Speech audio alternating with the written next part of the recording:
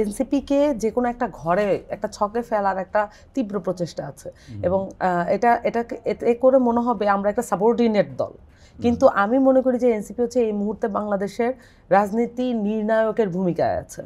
Even এটা NCP আসলে সংসদটা কেমন হবে ভবিষ্যতে সেটা নির্ণায়কের ভূমিকাও আছে।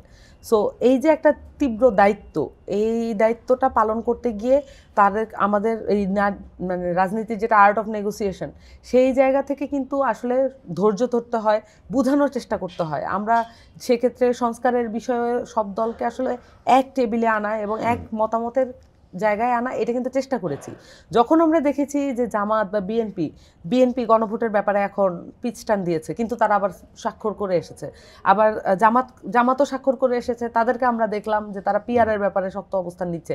তারা কিন্তু বলেছিল যে পিআরের ব্যাপারে তারা যদি নিম্নকক্ষে পিআর না হয় তারা স্বাক্ষর করবে না, কিন্তু তারা যখন স্বাক্ষর করে তখন হচ্ছে রাজনৈতিক দল হিসেবে তাদের দৈন্যতা কিন্তু প্রকাশ পায়।